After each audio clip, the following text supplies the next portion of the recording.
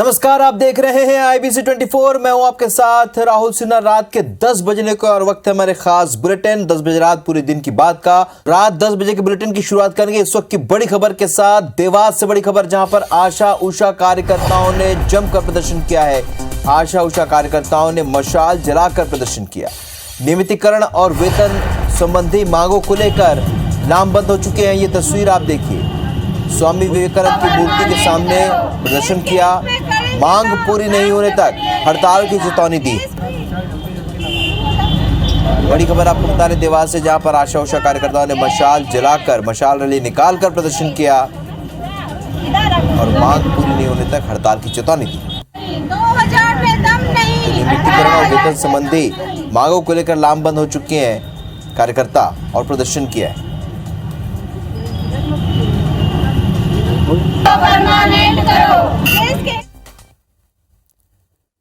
इस बीच मनेंद्रगढ़ से भी एक बड़ी खबर, जहां पर गांव के करीब पहुंच चुका है दंतैल हाथी। ग्राम बाही के घरों में तोड़फोड़ किया है। घुटरा और बाही के ग्रामीणों में दहशत का माहौल है। वन और पुलिस अमला भी मौके पर पहुंच चुका है। हाथी को भगाने के लिए गांव में आग लगाई गई। जितने बच्चे हैं ना नहीं होगा तो पूरा गांव जाग रहा है। तस्वीर में आप देख रहे हैं, मनेंद्रगढ़ से तस्वीरें आई हैं। दंतैल हाथी यहां पहुंच चुका है। हाथी को भगाने के लिए गांव में कई जगह पर आग भी जलाई गई।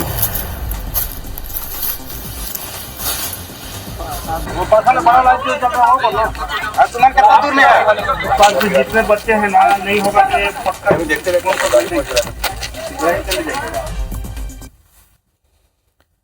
कैबिनेट मंत्री का दर्जा प्राप्त और सिंधिया समर्थक नेता इमरती देवी की जबान एक बार फिर से फिसल गई। उन्होंने ग्वालियर में सिंधिया को मुख्यमंत्री कहकर संबोधित कर दिया और बीजेपी की संभागीय बैठक में ज्योतिरादित्य सिंधिया भी मौजूद रहे। अपने बयानों से अक्सर सुर्खियों में रहने वाली कैबिनेट मंत्री का दर्जा प्राप्त इमरती देवी ने एक बार फिर कुछ ऐसा कहा है जिसकी सियासी गलियारे में चर्चा है। ग्वालियर में बीजेपी की संभागीय बैठक चल रही थी, जिसमें ज्योतिरादित्य सिंधिया भी मौजूद थे। इस दौरान कार्यकर्ताओं को संबोधित करते हुए इमरती देवी ने सिंधिया को मुख्यमंत्री कहकर संबोधित किया। इमरती ये कहकर सिंधिया की ओर देखकर मुस्कुराई भी और आगे बोलती रही। अनुसूचित जाति का कल जो विशाल सम्मेलन है, उसके उपलक्ष्य में मीटिंग लेने हमारे मुख्यमंत्री, हमारे नेता सम्माननीय श्रीमान ज्योतिरादित्य सिंधिया जी। बाद में उनसे जब इस बारे में पूछा गया तो उन्होंने इसे बजरंग बली की कृपा बताते हुए कहा कि जो निकल जाए सो निकल जाए। ये तो भगवान की कृपा है, जो निकल जाए वो निकल जाए, बजरंग बली की कृपा है। इमरती देवी के हाव भाव और मुस्कान देखकर लगता नहीं है कि उनकी जुबान से सिंधिया को मुख्यमंत्री का संबोधन गलती से निकला होगा। दर्शन रावल के साथ स्मार्ट सिटी पार्क में पौधारोपण किया सीएम ने, और इस दौरान सीएम ने बताया कि दर्शन रावल के साथ यूथ पॉलिसी को लेकर चर्चा हुई है। इसके साथ ही उन्होंने कमलनाथ का बगैर नाम लिए उन पर जमकर हमला भी बोला, जिस पर कमलनाथ ने भी पलटवार किया।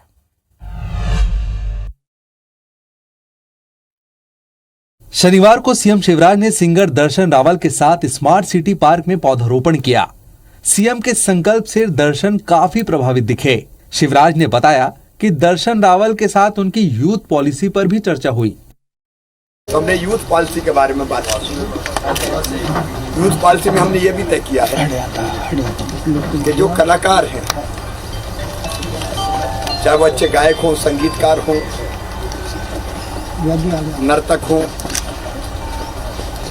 लोक कलाएं भी अनेकों प्रकार की मध्य प्रदेश में हैं,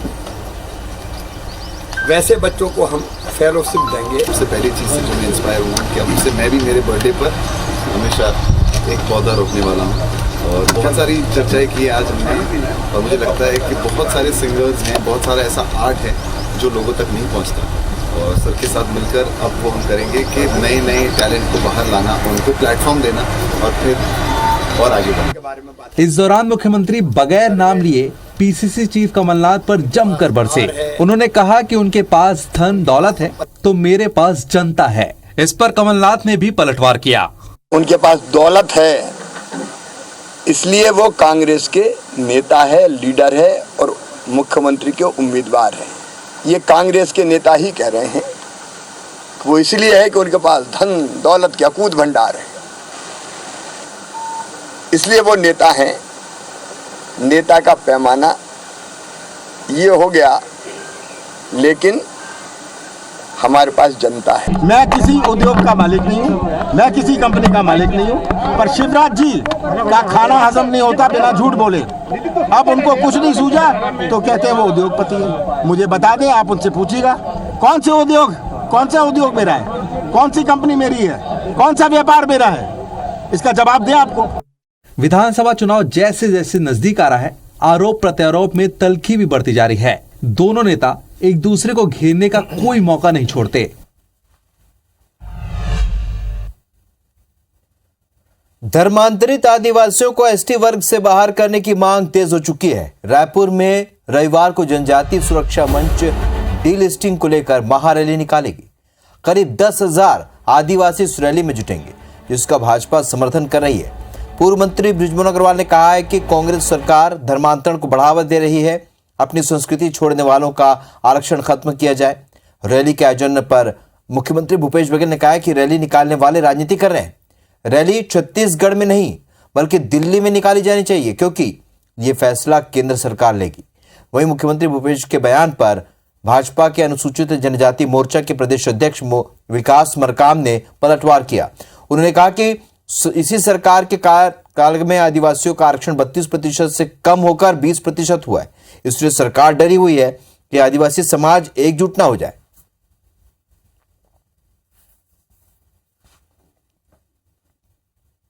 कांग्रेस पार्टी तुष्टीकरण के कारण और वो धर्मांतरण को छत्तीसगढ़ में बढ़ावा दे रहे हैं, पूरे देश में बढ़ावा दे रहे हैं, और इसके विरोध में डीलिस्टिंग है कि जो लोग अपनी संस्कृति को छोड़ देते हैं, अपनी परंपरा को छोड़ देते हैं, अपने धर्म को छोड़ देते हैं, उनका आरक्षण समाप्त होना चाहिए। उनको दिल्ली में करना चाहिए, यहाँ क्या कर रहे हैं, वो केवल राजनीति कर रहे हैं।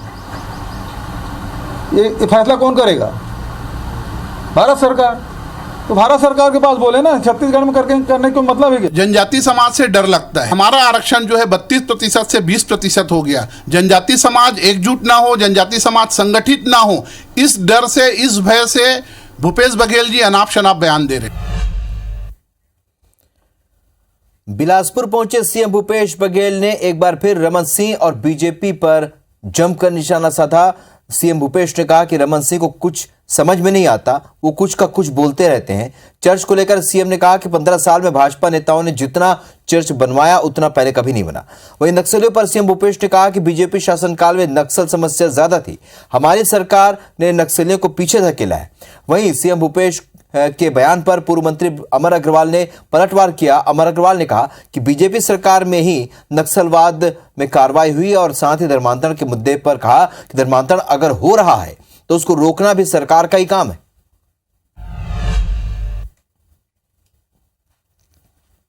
रमन सिंह को कुछ समझ आता नहीं है, वो कुछ का कुछ बोलते रहते हैं। आदिवासियों की जो दुर्गति, आदिवासी नेताओं की दुर्गति जो रमन सिंह ने किया, भारतीय जनता पार्टी ने किया है, अब अकेले रेणुका सिंह बच गई हैं। बचत राम विचार नेताम, नंद कुमार साय, ननकी राम कंवर, विष्णु देसाई, वो सबको पीछे धकेलने का काम रमन सिंह और भारतीय जनता पार्टी ने किया है। यदि चर्च बने हैं तो भारतीय जनता पार्टी के शासनकाल में बने, केदार कश्यप के शासनकाल में बने हैं। तो पहले आदमी कोई धर्म स्वीकार करता है, उसके बाद उसका पूजा स्थल बनता है। चर्च बने तो पहले क्रिश्चियन बने, तब वो चर्च बना।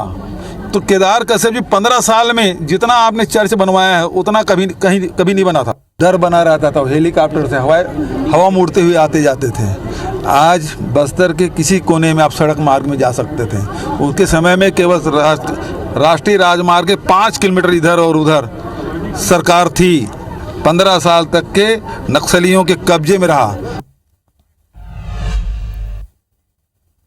अभी भी घटनाएं रोज हो रही है। लूटना ही है तो पूरा जिस दिन मुक्त हो जाए उस दिन लूट लेना। ये तो 1% पे श्रेय लूटने वाले लोग हैं, उसका भी श्रेय अगर किसी को मिलेगा तो आ रही है 23 में भारतीय जनता पार्टी सरकार, उसी को मिलेगा। धर्मांतरण अगर हो रहा है उसको रोकना किसी भी सरकार का काम है।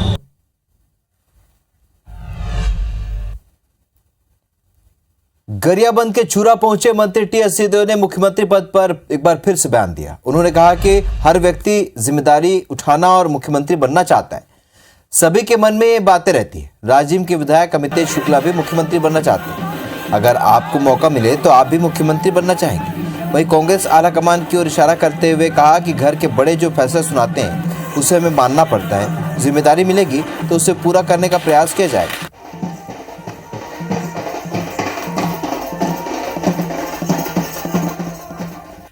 इच्छा की बात नहीं होती है, जिम्मेदारियों की बात होती है। मन में ने हम हैं, अमितेश भाई हैं कि क्या ये मुख्यमंत्री नहीं बनना चाहिए? आपको मौका मिले, आप मुख्यमंत्री नहीं बनना चाहोगे? आप भी बनना चाहोगे, मेरे को भी मौका लगेगा तो मैं भी जिम्मेदारी निभाने की कोशिश करूँ। लेकिन घर के बड़े ने जो फैसला सुनाया कि हम उसको रीवा के एसएफ मैदान में 24 अप्रैल को पंचायती राज सम्मेलन का आयोजन होगा। प्रधानमंत्री नरेंद्र मोदी इस सम्मेलन में शामिल होंगे, जहां वो बेहतर काम करने वाली पंचायतों को सम्मानित करेंगे। साथ ही पीएम विंध्य के लिए 7,000 करोड़ रुपए के विकास कार्यों की आधारशिला रखेंगे। कार्यक्रम की तैयारियां जोरों पर हैं। मुख्यमंत्री शिवराज सिंह चौहान कार्यक्रम की तैयारियों का जायजा लेने के लिए रीवा पहुंचे। यहां उन्होंने कार्यक्रम की तैयारियों का जायजा लेने के साथ ही अफसरों को जरूरी दिशा निर्देश दिए। इसके बाद सीएम शिवराज सीधी पहुंचे और वहां पर उन्होंने महखोर हिनौता में लाडली बहना महासम्मेलन का शुभारंभ किया। इस दौरान सीएम ने हितग्राहियों को आवासीय भू अधिकार योजना के अधिकार पत्र बांटे। मंच से सीएम ने मड़वास में कॉलेज खोलने और चौकी को थाना बनाने के साथ ही निवास को उप तहसील बनाने का भी ऐलान किया है। सीएम ने मझौली सामुदायिक स्वास्थ्य केंद्र को 50 बिस्तर अस्पताल बनाने का भी ऐलान किया।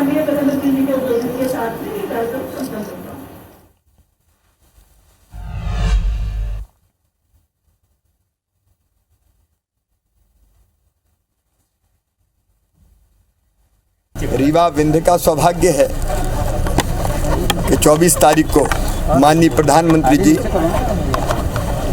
पुण्य की इस पुण्य धरा पर पधार रहे हैं।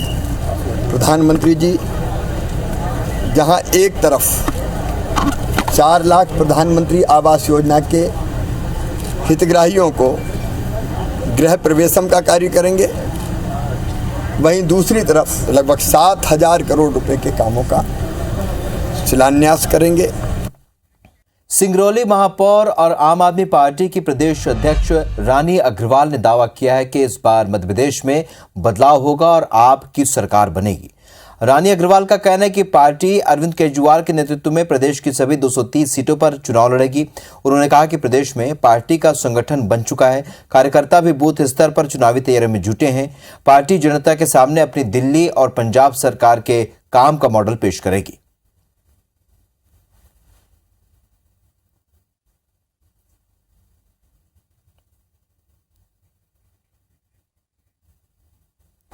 दिल्ली में की तर्ज पर जो काम हुए उस मॉडल को लेकर और जो पंजाब में काम हो रहे हैं उस मॉडल को लेकर मध्य प्रदेश के एक एक घर तक एक एक कार्यकर्ताओं के साथ उस काम को लेकर हमारी शुरुआत हो रही है।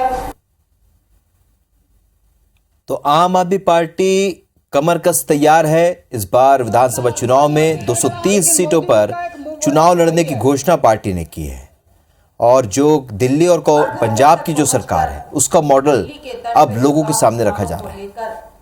मध्य प्रदेश में